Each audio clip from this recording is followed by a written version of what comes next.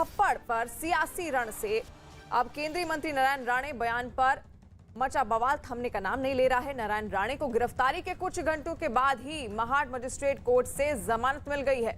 महाराष्ट्र के सीएम उद्धव ठाकरे के खिलाफ विवादास्पद बयान देने के बाद उनके खिलाफ केस दर्ज हुआ था, जिसके बाद पुलिस ने उन्हें गिरफ्तार कर लिया था। गिरफ्तारी नारायण राणे को रायगढ़ के महाड ले जाया गया, वहां उन्हें कोर्ट में पेश किया गया, जिसके बाद देर रात उन्हें कोर्ट से सशर्त जमानत दे दी गई। जमानत याचिका पर सुनवाई के दौरान नारायण राणे की पत्नी नीलम राणे और बेटे नीतेश राणे भी महाड कोर्ट पहुंचे थे और जमानत मिलने के बाद बीजेपी कार्यकर्ताओं ने जमकर जश्न मनाया और मिठाई खिलाकर एक दूसरे का मुंह मीठा कराया। नारायण राणे ने अपनी जन आशीर्वाद यात्रा के दौरान उद्धव ठाकरे पर विवादास्पद बयान दिया था।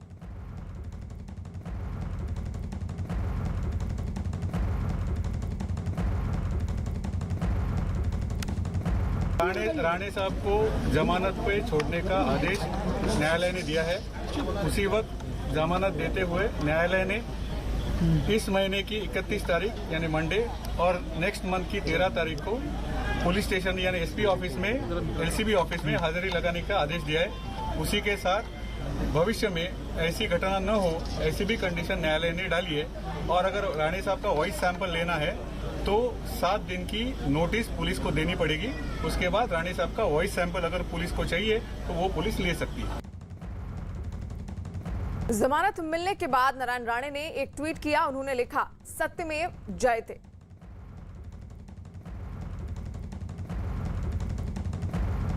वहीं रायगढ़ की कोर्ट से जमानत मिलने के बाद केंद्रीय मंत्री नारायण राणे मुंबई के जुहू इलाके में अपने घर पर पहुंच चुके हैं। राणे के पहुंचने के बाद उनके घर के बाहर बड़ी संख्या में पुलिस बल की तैनाती की गई है। राणे के स्वास्थ्य की जांच के लिए डॉक्टरों की टीम भी आ सकती है। इसी बीच उनकी जन आशीर्वाद यात्रा 2 दिन के लिए स्थगित कर दी गई है। नारायण राणे की गिरफ्तारी के विरोध में बीजेपी महाराष्ट्र में आज विरोध प्रदर्शन करेगी।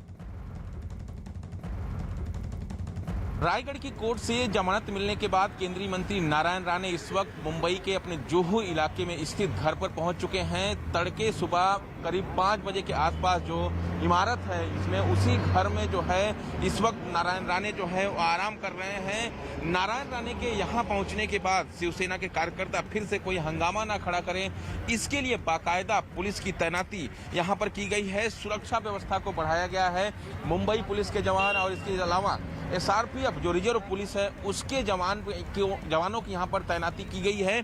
लेकिन सबसे अहम क्या है, नारायण राणे के पहुंचने के बाद यहाँ पर बीजेपी के कई बड़े नेता उनसे मिलने के लिए पहुंच सकते हैं, क्योंकि आगे की रणनीति इसी बैठकों में तय होगी। क्योंकि नारायण राणे के बेटे ने भी साफ तौर पर यह कहा था कि जो भी प्रदर्शन किया है शिवसेना ने उनके घर के सामने, उसका मुंहतोड़ जवाब उनकी तरफ से दिया जाएगा। इतना ही नहीं, नारायण राणे ने कल एक बयान दिया था कि उनका स्वास्थ्य खराब है तो डॉक्टरों की एक टीम भी यहाँ पर नारायण राणे के स्वास्थ्य की जांच करने के लिए पहुंच सकती है।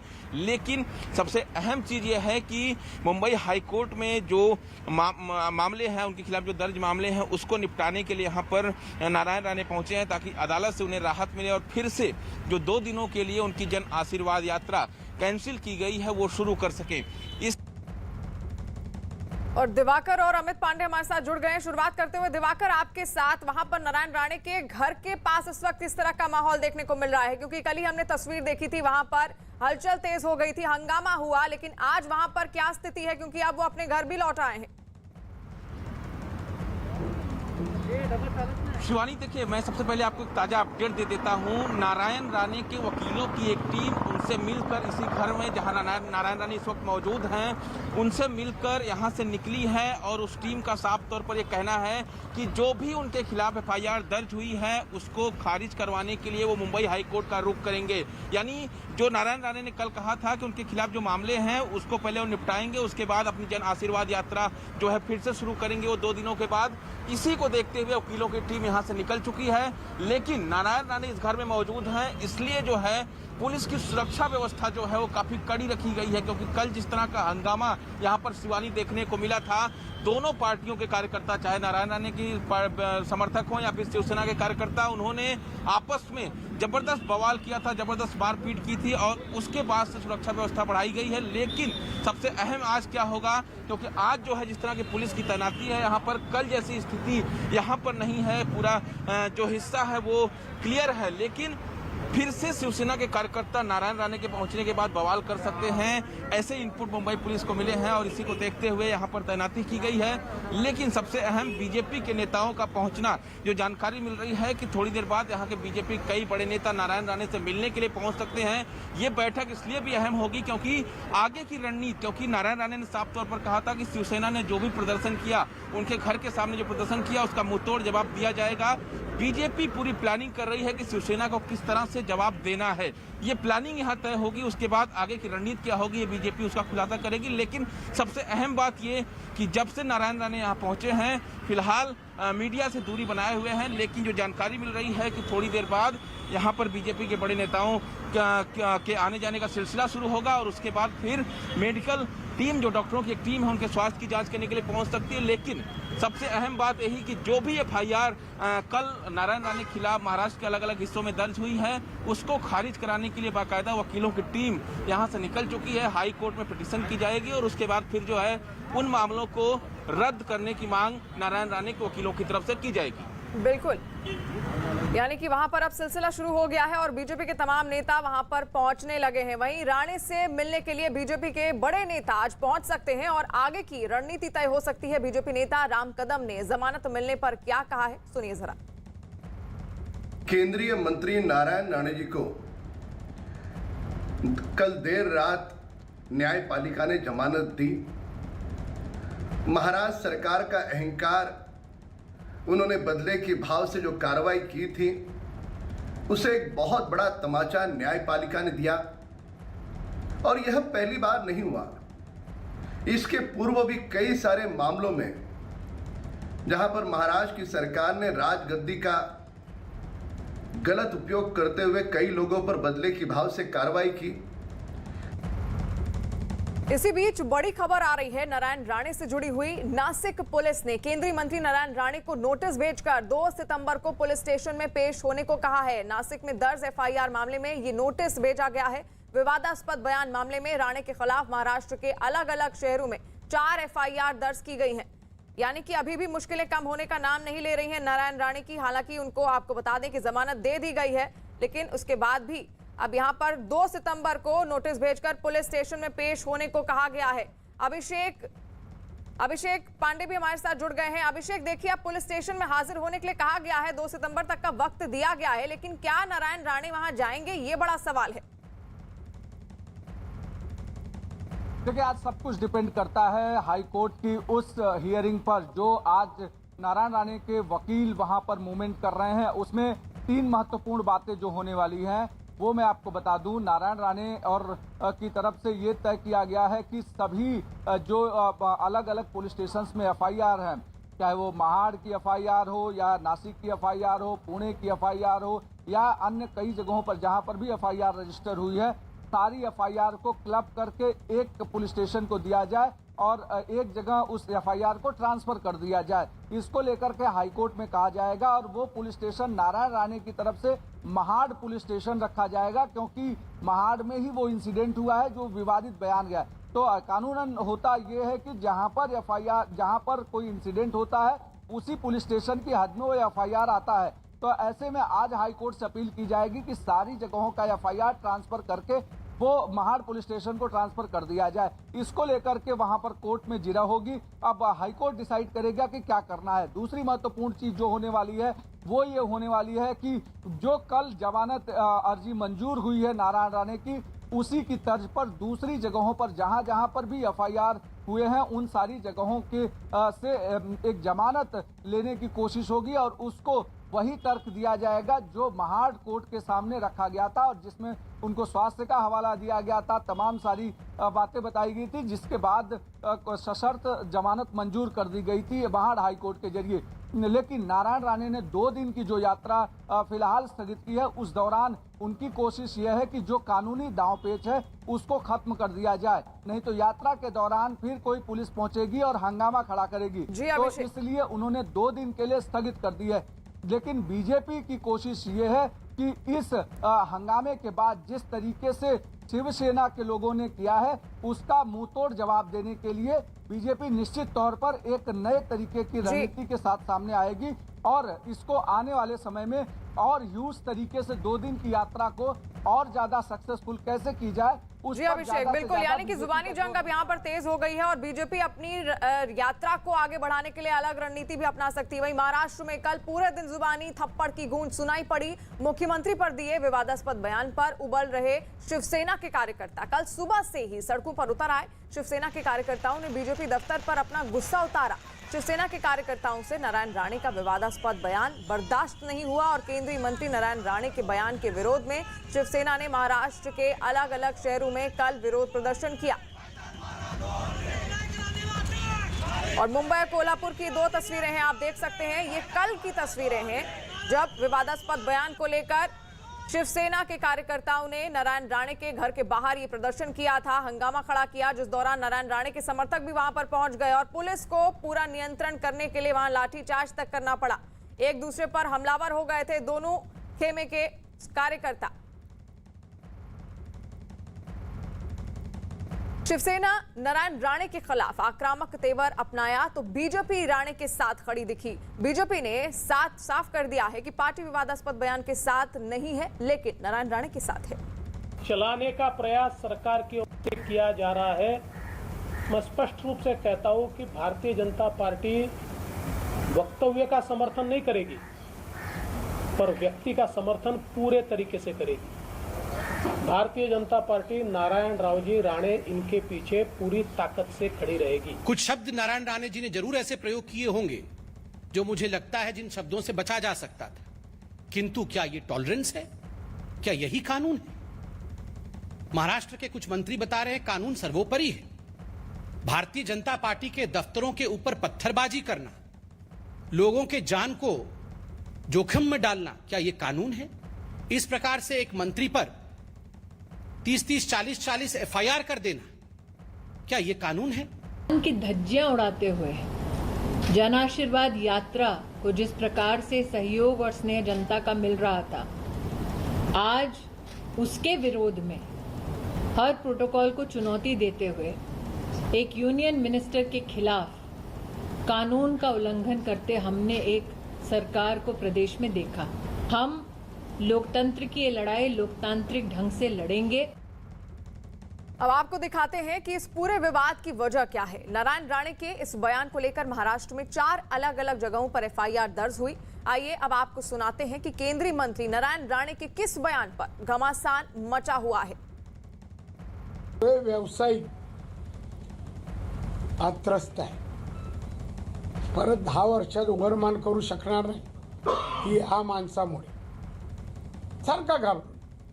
बरं उपाय काय नाही, 1,57,000 लोक गेली हो महाराष्ट्रात, यांच्यामुळे काय उपाय नाही, वॅक्सिन नाही, हे नाही, ते नाही, स्टाफ नाही, डॉक्टर नाही, भयावह परिस्थिती महाराष्ट्राच्या आरोग्य विभागाची होती। मला बोलायचा अधिकार तरी आहे का? बाजूला म्हणा एखादा सेक्रेटरी ठेव आणि विचार बोल, त्याविषयी नाही काय। किती वर्ष आली देशाला तिलक महोत्सव काय? अपने बयान पर मचे बवाल के बाद भी राणे पीछे नहीं हटे और उन्होंने साफ कर दिया कि उन्हें किसी तरह का पछतावा नहीं है। आप इतने बड़े नेता हैं, आपको इस तरह का बयान देना चाहिए था। आपको क्या लगता है? अरे क्या बयान दिया मैं? आप देखा क्या? मैं ऐसा कहा वो इस दिन में होता वो घटना के टाइम जब हमारे सीएम को देश का आजादी का कितने साल हुए जानकारी नहीं, तभी और उनको थप्पड़ मारता था। ऐसा कहा अभी नहीं कि जब उस वक्त होता तो उसमें क्राइम किधर बनता है।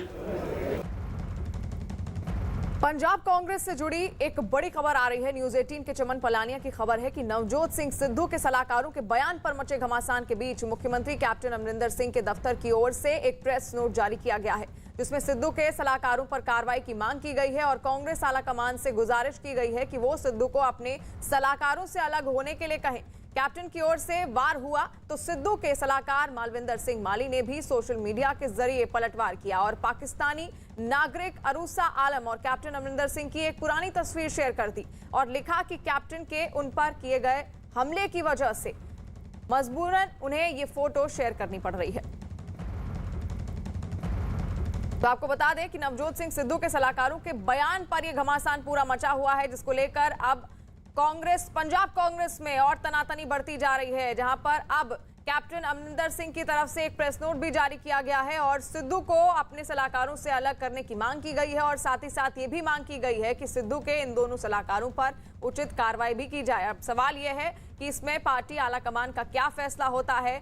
पंजाब कांग्रेस में जब भी ऐसा लगता है कि अब वहां पर शांति बहाल हो गई है, लेकिन वो एक इशारा होता है कि अगली आंधी आने वाली है और इस वक्त सिद्धू के सलाहकारों ने कैप्टन सिद्धू की ही मुश्किलें बढ़ा दी हैं यहां पर और अब फिर से एक बार घमासान मचता हुआ पंजाब कांग्रेस में दिख रहा है।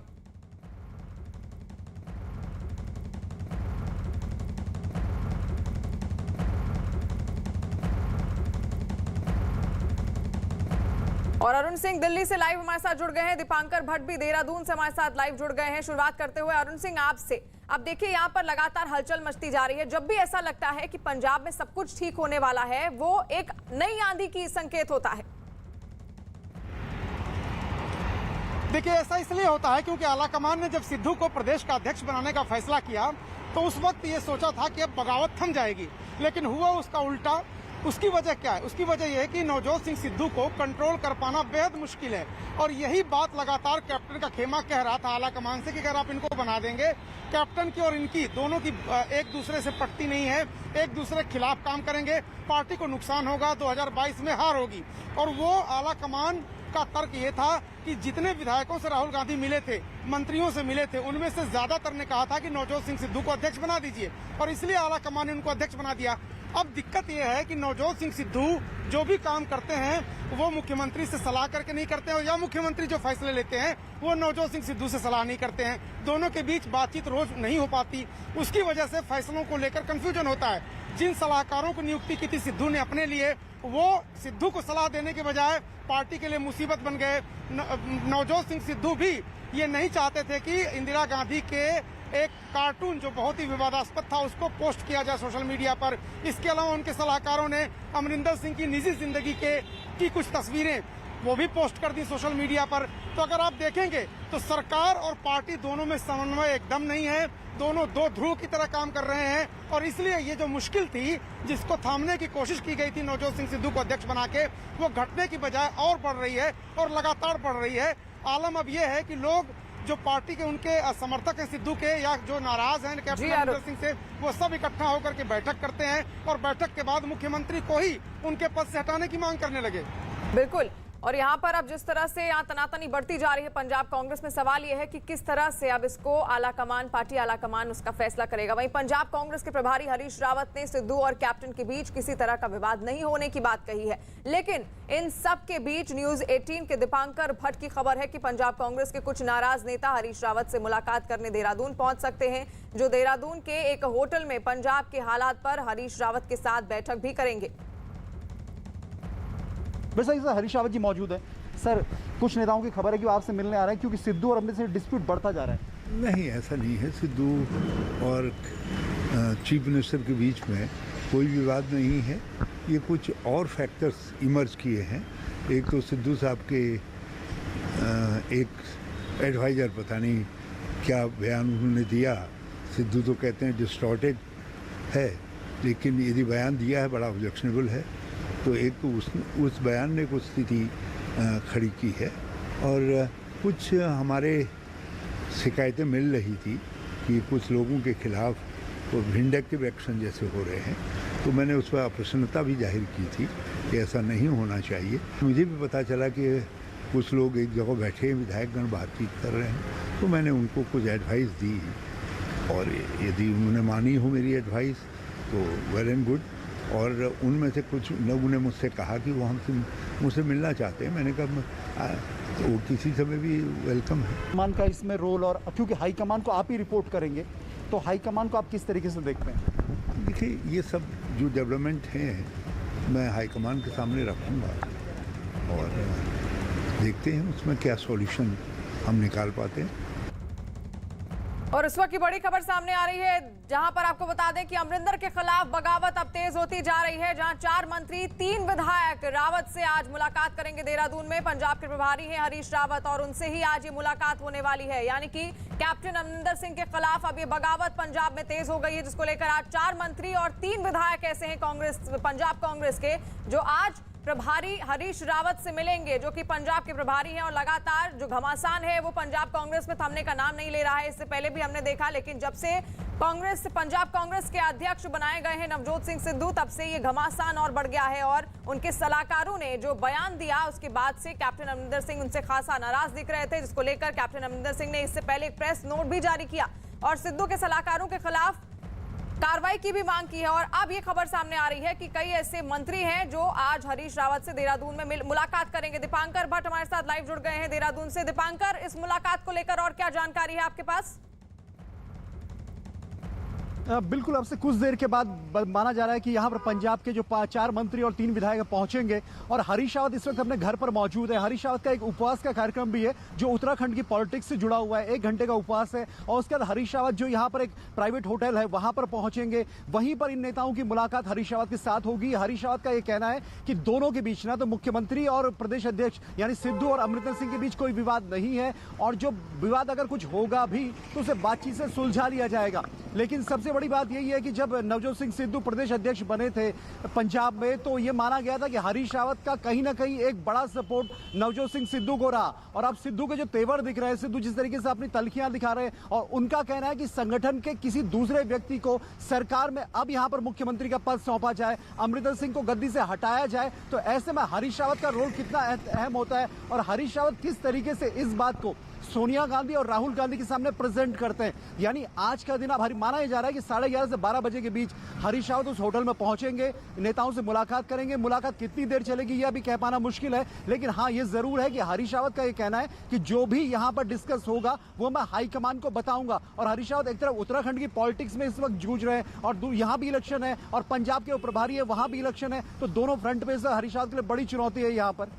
शिवानी जी दीपांकर, और आपको बता दें कि एक बार फिर से पंजाब में सिद्धू वर्सेस कैप्टन का ये सिलसिला शुरू हो गया है और फिर से तनातनी पंजाब कांग्रेस में बढ़ गई है। वहीं पंजाब कांग्रेस में जारी इस घमासान के बीच पंजाब कांग्रेस के अध्यक्ष नवजोत सिंह सिद्धू का कोई बयान सामने नहीं आया। हालांकि एक दिन पहले पार्टी कार्यालय में सिद्धू ने पंजाब कांग्रेस के कुछ नेताओं के साथ आपात बैठक की, जिसकी एक तस्वीर भी उन्होंने सोशल मीडिया पर अब साझा की है। और ये वही तस्वीर है, आप देख सकते हैं, वो तमाम मंत्री हैं जो उनसे मिले। एक आपात बैठक थी नवजोत सिंह सिद्धू की इन सभी मंत्रियों के साथ। और अब धीरे धीरे पंजाब कांग्रेस में कैप्टन अमरिंदर सिंह के खिलाफ बगावत शुरू हो गई है।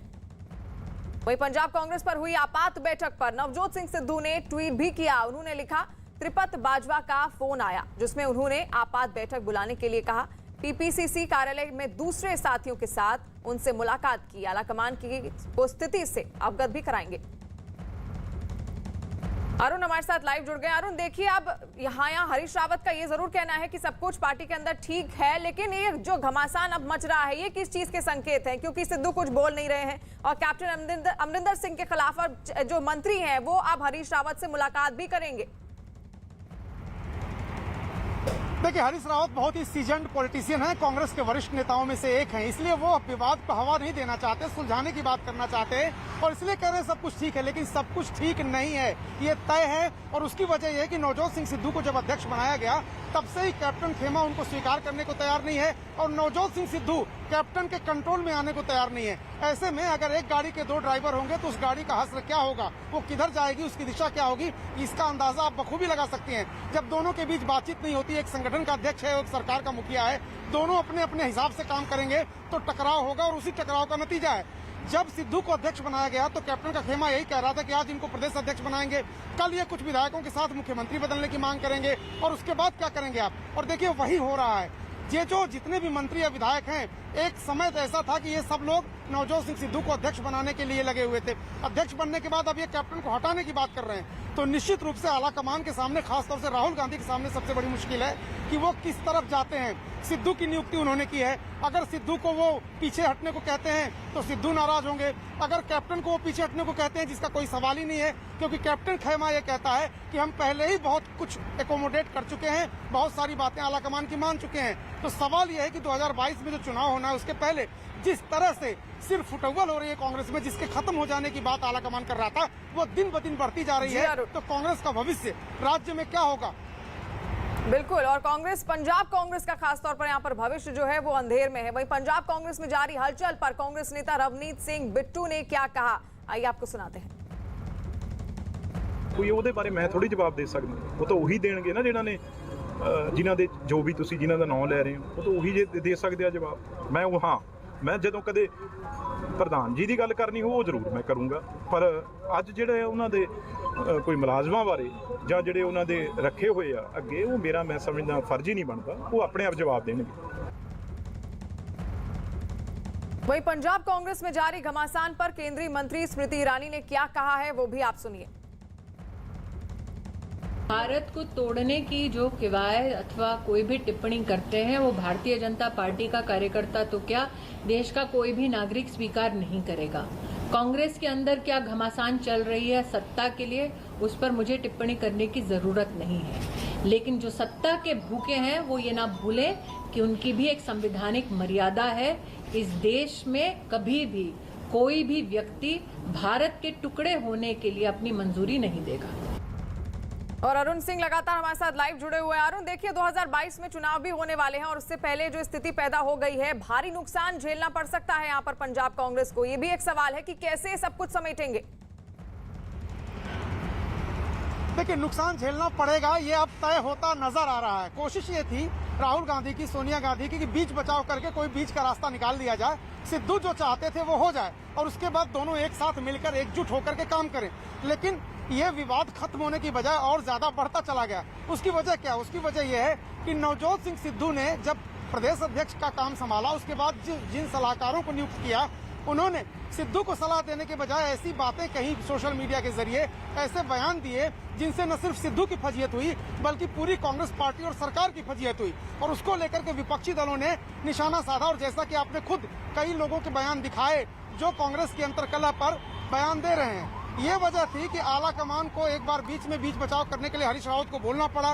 हरीश रावत के इंटरवेंशन के बावजूद विवाद थम नहीं रहा है, क्योंकि जो समर्थक है सिद्धू को, वो अब कैप्टन अमरिंदर सिंह को ही मुख्यमंत्री पद से हटाने की मांग करें। तो सवाल यह है कि कौन बनेगा मुख्यमंत्री, और क्या कोई भी सरकार चुनाव के कुछ महीने पहले कोई नया मुख्यमंत्री, कोई भी पार्टी या सरकार जो चला रहे हैं वो स्वीकार कर पाएंगे? क्या कांग्रेस पार्टी इसको बदलाव को कर पाएगी? और अगर करेगी तो क्या कैप्टन अमरिंदर सिंह चुनाव में सहयोग करेंगे? कैप्टन अमरिंदर सिंह के पास आज के डेट में अगर 30-32 विधायक सिद्धू के समर्थन में दिख रहे हैं तो कैप्टन के पास भी उतने विधायक होंगे। तो क्या अगर पार्टी दो फाड़ होती है, समन्वय और तारतम्य के साथ चुनाव नहीं लड़ती, तो उसका नुकसान नहीं होगा? इन सब सवालों के जवाब जाहिर सी बात है कि हरीश रावत और आलाकमान को मिलकर तलाशना है। लेकिन इतना तय है कि जितना झगड़ा बढ़ता जा रहा है, चुनाव में कांग्रेस पार्टी की उम्मीदें उतनी ही धुंधली, उतनी ही कमतर नजर आ रही। बिल्कुल। और वहीं पंजाब कांग्रेस में हलचल इसलिए भी मची है क्योंकि 2 दिन पहले नवजोत सिंह सिद्धू के सलाहकार प्यारेलाल गर्ग और मालविंदर सिंह माली ने जम्मू कश्मीर, अफगानिस्तान और 1984 के सिख दंगों पर विवादास्पद बयान दिया था, जिस पर मुख्यमंत्री कैप्टन अमरिंदर सिंह ने नाराजगी भी जताई थी। उनके अलावा कुछ दूसरे कांग्रेस नेताओं ने भी बयान पर सवाल उठाए थे। इस मामले में मुख्यमंत्री दफ्तर की तरफ से एक प्रेस नोट जारी किया गया, जिसमें कैप्टन खेमे के कई मंत्रियों ने सिद्धू से प्यारेलाल गर्ग और मालविंदर सिंह माली के खिलाफ कानूनी कार्रवाई की मांग की है। यही नहीं, प्रेस नोट में इस बात का भी जिक्र किया गया है कि सलाहकारों के बयान से अगले साल होने वाले विधानसभा चुनाव में पार्टी को भारी नुकसान हो सकता है। वहीं पंजाब कांग्रेस में जारी घमासान पर बीजेपी नेताओं का क्या कहना है, आइए आपको सुनाते हैं। कांग्रेस पार्टी में पंजाब में खाना जंगी चल रही है। टोटल फेलियर गवर्नमेंट है कि इन्होंने 56 महीने तो सरकार के सुखों को भोगा, गाड़ियों घोड़ों, अपनी तनख्वाहें ली, कोठियों में रहे, और अब 56 महीने बाद ये कह रहे हैं जब सरकार के जाने का समय आया है कि सरकार सही तरह परफॉर्म नहीं कर पाई। ये मुख्यमंत्री बदलना चाह रहे हैं, लेकिन पंजाब की जनता कांग्रेस को ही बदलना चाह रही है। वही एमएलए हैं जो कल तक दरबारी थे कैप्टन के, आज वो दरबारी बन गए हैं सिद्धू के। का समय ये सरकार पूरी तरह फेल रही, अपने कोई काम नहीं कर सकते। तो प्रशांत किशोर की लिखी हुई स्क्रिप्ट के मुताबिक अब ये सारा ठीकरा जो है वो कैप्टन के ऊपर डालेंगे और ये कहेंगे कि जो जो कुछ नहीं हुआ उसके लिए कैप्टन अमरिंदर सिंह जिम्मेदार था, और हम अब नया कैप्टन लेके आ रहे हैं नवजोत सिंह सिद्धू के रूप में। लेकिन पंजाब की जनता सब समझती है, वो कांग्रेस को माफ नहीं करने वाली, और 2022 के चुनाव में कांग्रेस का सुपड़ा साफ होने वाला है। और अब बात अफगानिस्तान में तालिबान के बर्बर रवैये की। अफगानिस्तान के कार्यवाहक राष्ट्रपति अमरुल्लाह सालेह ने सीएनएन से बातचीत में अफगानिस्तान के हालात के लिए पाकिस्तान को जिम्मेदार ठहराया। अमरुल्लाह सालेह ने आरोप लगाया कि पाकिस्तान की मदद से तालिबान मजबूत हुआ, जिसकी वजह से अफगानिस्तान पर उसने कब्जा किया। सालेह ने अमेरिका को भी आड़े हाथ लेते हुए अफगानिस्तान से अचानक जाने के फैसले पर घेर लिया है। सालेह के मुताबिक अमेरिका ने कई राजनीतिक फैसले गलत लिए, जिसकी वजह से वो भी दुनिया के सामने अपमानित हो रहा है और इसकी कीमत चुका रहा है। सालेह ने दावा किया कि वो तालिबान से हर हालत में लड़ते रहेंगे और उनसे हार नहीं मानेंगे। सालेह ने पंजशीर पर पूरी तरह से नियंत्रण होने का दावा भी किया। अमरुल्लाह सालेह के ये आरोप हैं। जो आपको बता दें, अफगानिस्तान के कार्यवाहक राष्ट्रपति अमरुल्लाह सालेह ने सीएनएन से बातचीत में अफगानिस्तान के हालात के लिए पाकिस्तान को जिम्मेदार ठहराया है। अमरुल्लाह सालेह ने यह आरोप लगाया कि पाकिस्तान की मदद से ही तालिबान मजबूत हुआ, जिसकी वजह से अफगानिस्तान पर उसने अब कब्जा किया है। और सालेह ने अमेरिका को भी आड़े हाथ लेते हुए अफगानिस्तान से अचानक जाने के फैसले पर उनको घेर लिया है। सालेह के मुताबिक अमेरिका ने कई राजनीतिक फैसले गलत लिए हैं, जिसकी वजह से अब पूरी दुनिया में वो अपमानित हो रहा है।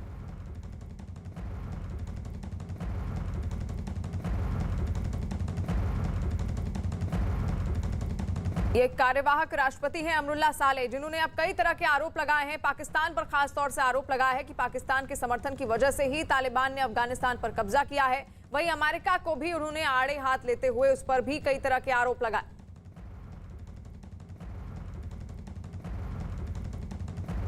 Sir, did you expect the collapse of the Afghan state to happen in this manner?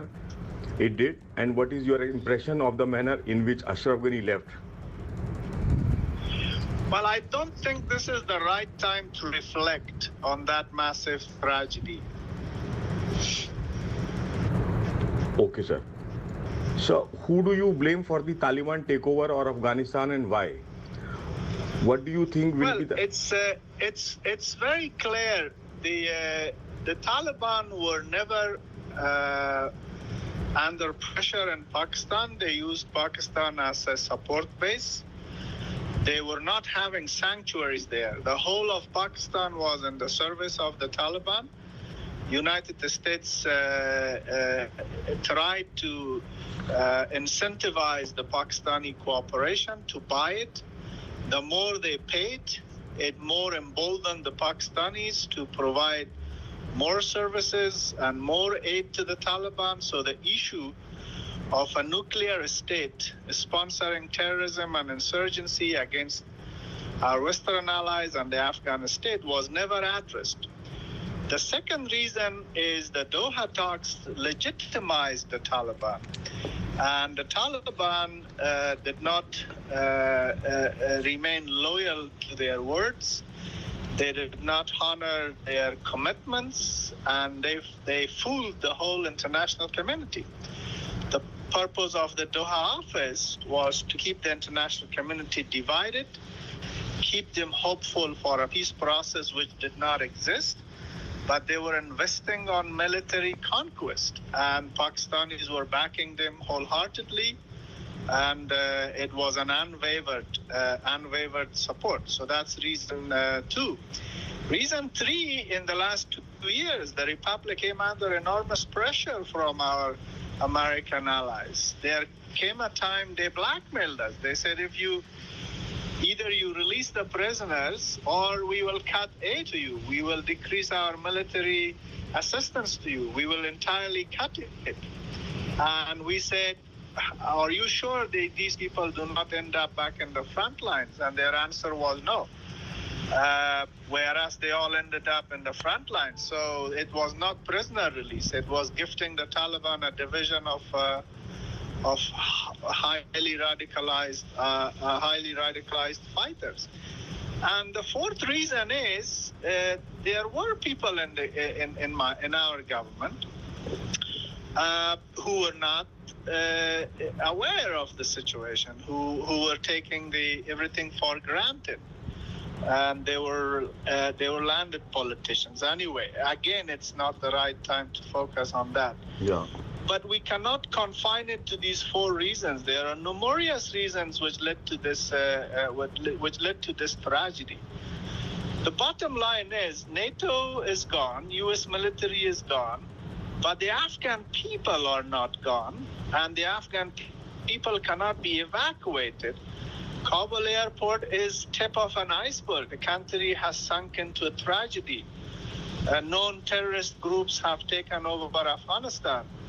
Today, for example, a money launderer who was facilitating transactions between Al-Qaeda sympathizers and the Taliban has become chief of the Afghan governor of the Afghan Central Bank. Haqqanis are running Kabul, and needless to explain who the Haqqanis are. This is a shame, and this is a betrayal, and I don't want to be part of that shame. I don't want to be part of that betrayal. We will fight. We will fight until the enemy believes and comes to a conclusion that Afghanistan should remain Afghanistan and it should not become Talibanistan. Sir, so what do you think of American attitude and behavior during this period, during this episode? Their sudden departure and leaving so many arms and ammunition, and reports that all are arms I think they are watching what they did on TV screens, and they are seeing how the world media is now dominated by negative anti-American headlines. United States, the civilization, it's a global power. It's the mightiest military power on earth. Afghanistan पर तालिबान के कब्जे के बाद वहां दिन ब दिन हालात बिगड़ते जा रहे हैं। इस बीच देश छोड़ने के लिए हजारों की संख्या में लोग काबुल एयरपोर्ट पर डटे हुए हैं। काबुल एयरपोर्ट से आज जो तस्वीरें सामने आई उसने फिर साबित कर दिया कि वहां हालात कितने खराब हो चुके हैं। लोगों की भारी भीड़ काबुल एयरपोर्ट पर डटी हुई है। अफगानिस्तान के नागरिक किसी तरह से बस देश छोड़कर निकलना चाहते हैं। हालात ये हो गए हैं कि उन्हें संभालना भी अब मुश्किल होता जा रहा है। और एक काबुल एयरपोर्ट की तस्वीरें हैं, आप देख सकते हैं एयरपोर्ट पर किस तरह लोग वहां पर बैठे हुए हैं इंतजार में कि कोई विमान आए और उनको यहां अफगानिस्तान से बाहर ले जाए, क्योंकि तालिबान के राज में वो बिल्कुल नहीं रहना चाहते हैं। और यही वजह है कि अब वहां पर एयरपोर्ट पर लगातार भीड़ भी बढ़ती जा रही है। कई लोग देखिए किस तरह पानी में भी वो खड़े हैं, पानी भर चुका है वहां पर, लेकिन हालात कैसे भी हो वो एयरपोर्ट से बाहर निकलना नहीं चाहते हैं, क्योंकि वहां पर अमेरिकी सेना का फिलहाल कब्जा है और ऐसे में वो सुरक्षित स्थान है इन अफगानी नागरिकों के लिए जो वहां से निकलना चाहते हैं। और इस वक्त की बड़ी खबर सामने आ रही है, अफगानिस्तान से आए लोगों को कोरोना पॉजिटिव वो पाए गए हैं। 16 लोग ऐसे हैं जो कोरोना पॉजिटिव पाए गए हैं। अफगानिस्तान से वो लौटे हैं। कल ही काबुल से आए 3 ग्रंथी भी पॉजिटिव पाए गए हैं। सभी पॉजिटिव एलएनजेपी अस्पताल में इस वक्त भर्ती करा दिए गए हैं।